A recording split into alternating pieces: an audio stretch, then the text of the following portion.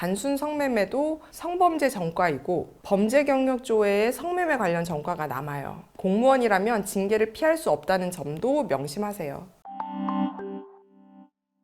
네, 안녕하세요. 강정은 변호사입니다. 저는 성매매 업소 단속과 수사, 그리고 성매매 수사를 직접 했던 경찰 검사 출신 변호사예요. 네, 오늘은 미성년자 성매매 사건 수사의 특징, 처벌 수위, 대처 방법에 대해서 자세하게 설명해 드리려고 하는데요. 먼저 미성년자 성매매 사건은 구속 위험이 매우 높다는 점 말씀드리고 시작할게요. 네, 성매매 사건은 압수수색을 통해서 업소의 성매매 대금을 이체하거나 업소에 출입한 사람들을 특정하는 경우가 대부분이에요. 그래서 수사가 시작되면 피의자만 수백 명에 달하는 경우가 많죠. 저도 갑자기 성매매 사건 의뢰가 한꺼번에 몰리는 때가 있는데요. 이런 경우 알아보면 같은 경찰청, 같은 팀에서 대대적으로 수사를 진행하는 경우가 많았어요. 그래서 실제 같은 수사팀에서 하는 성매매 사건 중 여러 건을 제가 한꺼번에 수임해서 도와드린 경우도 많았습니다. 단순 성매매이고 성매매 상대가 성인이고 그리고 동종 전과가 없는 경우라면 성매매 사건에서 반드시 변호사를 선임할 필요는 없어요. 변호사를 선임하지 않아도 되고 혼자 사건 대응하셔도 괜찮습니다. 다만 수사에 대응하려면 변호사 상담은 1회 정도는 해보시는 것을 추천드려요. 변호사 상담 통해서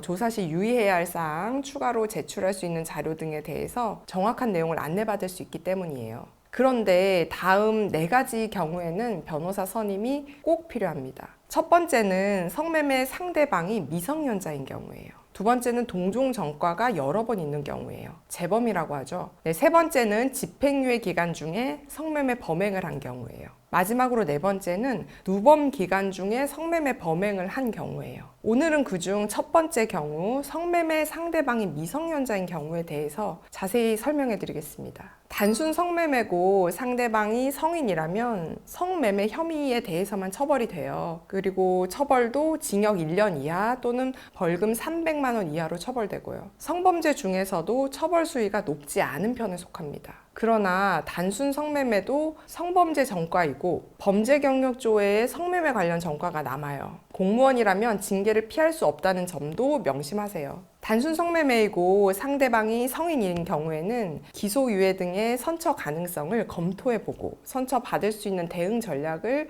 잘 찾아 나가야 합니다. 그런데 정말 조심해야 하는 경우가 바로 미성년자 성매매인데요. 미성년자 성매매의 경우에는 기본적으로 아동 청소년의 성보호에 관한 법률 위반, 성매수 등 죄가 적용됩니다. 아동 청소년을 상대로 성매매한 경우에는 징역이 1년에서 10년 사이 또는 벌금이 2천만 원에서 5천만 원 사이에 처하도록 규정되어 있습니다. 그 중에서도 미성년자 나이가 16세 미만이라면 미성년자 의제 강간죄가 추가돼요. 즉 죄명이 아동 청소년의 성보호에 관한 법률 위반, 성매수 등 죄뿐만 아니라 미성년자 의제 강간죄까지 적용된다는 것이죠. 미성년자 의제 강간죄의 경우에는 징역 3년 이상의 형에 처하도록 규정하고 있어요. 최소 징역이 3년이고 벌금형이 아예 불가능합니다. 성관계를 맺은 상대방의 나이가 16세 미만이라면 동의에 의한 성관계를 하더라도 성관계 자체만으로 강간죄처럼 무겁게 처벌을 하고 있는 거예요.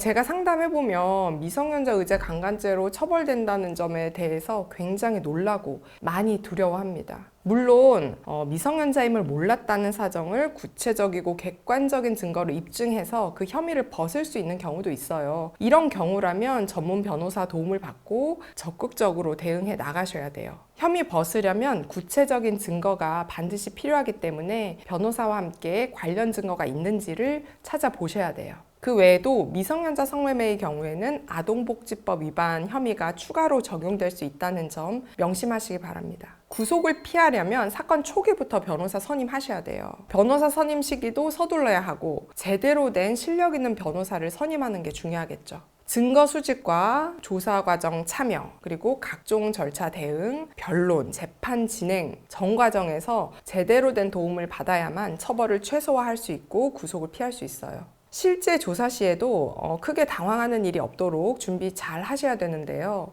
실제 조사 경험이 풍부한 변호사와 실전 조사에 가까운 체계적인 면담을 미리 받을 수 있다면 큰 도움이 되겠죠. 휴대폰 압수, 디지털 포렌식이 이루어질 경우에는 이에 적절하게 대응해서 방어권을 효율적으로 행사해야 합니다. 수사기관 출신 변호사라면 무엇이 유죄의 쟁점이 되고 무엇이 처벌을 강화하는 포인트가 되는지에 대해서 정확하게 이해하고 있거든요. 그래서 더욱 정확한 도움을 드릴 수 있어요. 인생의 어려운 순간을 지나는 제 의뢰인분들을 위해 저도 최선을 다해 돕고 있는데요. 여러분들도 신뢰할 수 있고 의지할 수 있는 변호사를 만나서 후회 없이 사건을 잘 해결해 나가시기 바랍니다. 네, 오늘도 긴 영상 시청해 주셔서 감사합니다.